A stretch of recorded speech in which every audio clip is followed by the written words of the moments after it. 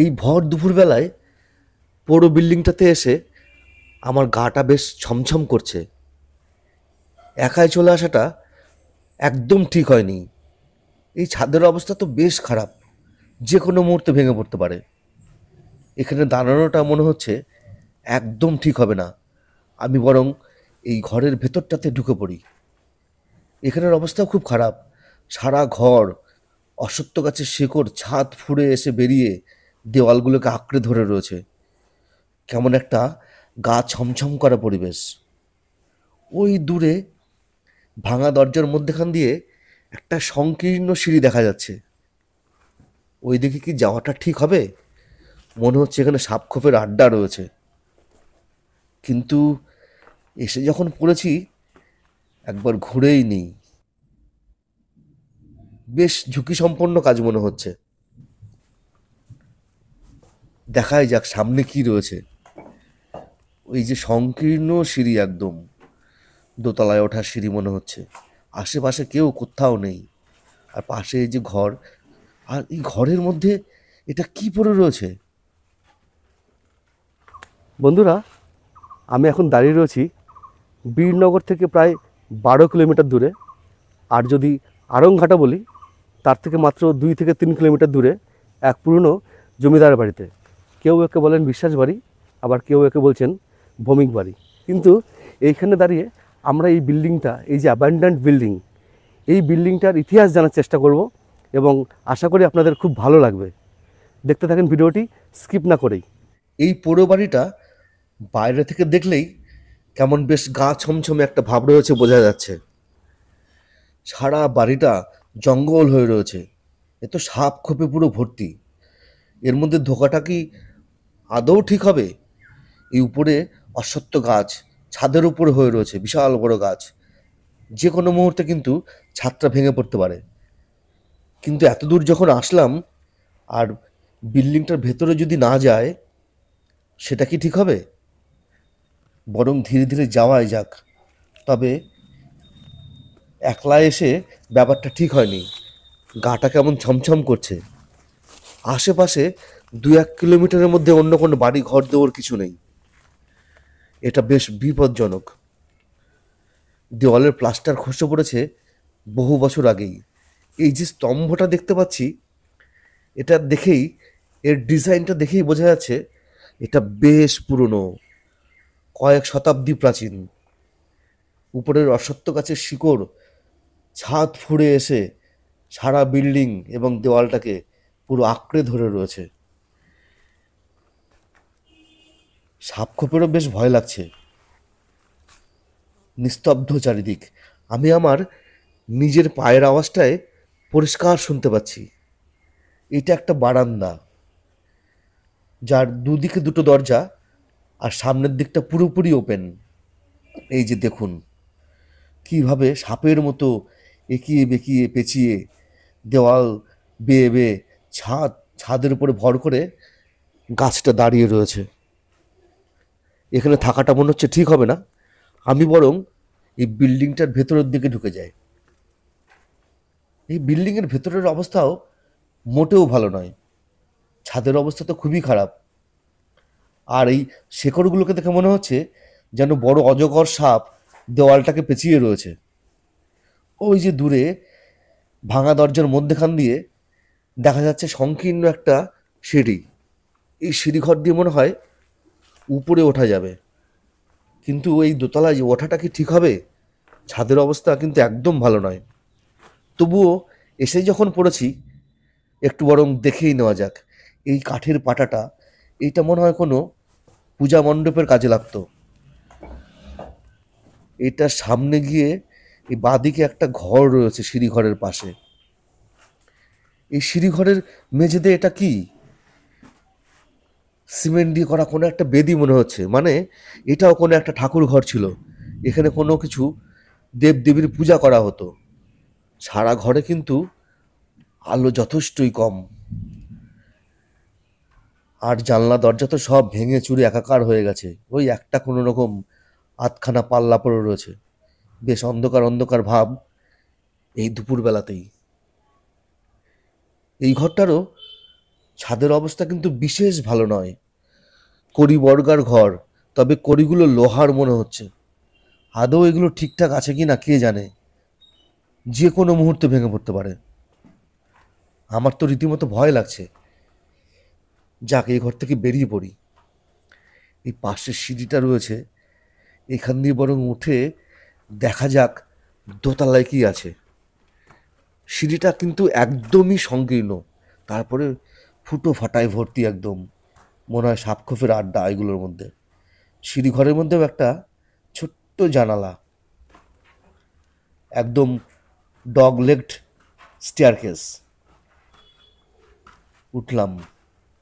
বারান্দা, একদম খোলা বারান্দা। খোলা বলতে বিল্ডিংটা পুরোটাই তো খোলা, দরজা জানলা আর কিছু অবশিষ্ট নেই। এই একটা পাল্লা রয়েছে দরজার, কিন্তু ভাঙাচোরা।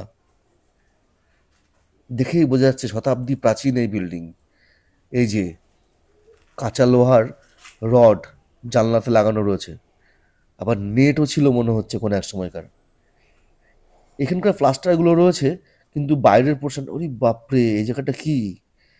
ভেতরে কিছুর একটা বাসা মনে হচ্ছে। এখানে থাকাটা একদম সমুচিত হবে না। সাপখোপের আড্ডা রয়েছে প্রচুর। আমি এখানে আসার আগে আমার এক বন্ধু বলছিল এখানে প্রচুর সাপের আড্ডা, যাওয়াটা খুবই বিপজ্জনক হবে। যাই হোক, এসে যখন পড়েছি, দেখি পাশের রুমটাতে কি আছে। এই রুমটার মেঝেটা তো একদম নোংরা আবর্জনায় ভর্তি, দেওয়ালগুলো ফেটে গেছে। তবে এই যে প্লাস্টারের মধ্যে রংটা রয়েছে, এই রংটা নিশ্চয়ই শতাব্দী প্রাচীন রং হবে। এই একটা এই ওয়াল সেলফ, এর মধ্যে জিনিসপত্র রাখা হতো।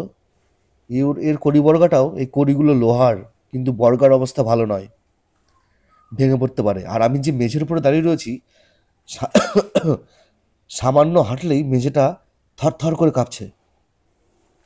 যে কোনো মুহূর্তে ভেঙে পড়তে পারে, একদম ফেটে গেছে মেঝে, এফোড় ওফোড় হয়ে গেছে। যে কোনো মুহূর্তে এটা ভেঙে পড়তে পারে। মানে আমি বুঝতেই পারছি না, এই মেঝেটা কি আমার লোডটা নিতে পারবে নাকি ভেঙে পড়বে। একদম ধার দিয়ে হাঁটি, বরং মিডিলে তো যাওয়াই যাবে না। এই জানালাটা দিয়ে ওই যে পূজা মণ্ডপটা মণ্ডপটা দেখলাম, এটা তার পেছনের অংশ। পেছনে তো একদম ঝোপ জঙ্গলে ভর্তি, প্রচুর গাছপালা হয়ে রয়েছে। দুপুরবেলাতে কেমন যেন একটা গা ছমছমে পরিবেশ। তাহলে রাতের বেলা এখানে কি হয় সেটাই ভাবছি। বেশ কিছুক্ষণ হয়ে গেল, এখানে থাকাটা মনে হয় ঠিক হবে না। কখন সাপে ছোবল দেয়। এই ঘরের মেঝেটা তো বড্ড বিপজ্জনক, যে কোনো মুহূর্তে ভেঙে পড়বে এই মেঝে। থরথর করে কাঁপছে পা ফেললেই। এখান থেকে বেরিয়ে পড়ি।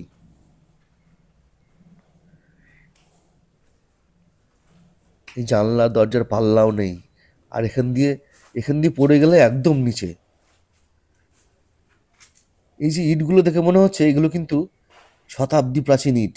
কালারগুলো লাল কালার, আর চুন সুরকির গাঁথনি। ওই যে উপরে অশ্বত্থ গাছটা, কত বড় অশ্বত্থ গাছটা হয়েছে, পুরোটাই কিন্তু ছাদের উপর ভর করে রয়েছে। এই ছাদটা যে কি করে গাছটাকে ধরে রেখেছে সেটাই ভাবছি। এই বড় বড় গুলঞ্চ লতা ঝুলছে একদম পুরো গাছের উপর থেকে নিচ পর্যন্ত। এই কলা গাছগুলো হয়ে রয়েছে, এই কলা গাছগুলো কি কেউ আদৌ লাগিয়েছে না একা একাই হয়ে রয়েছে কে জানে।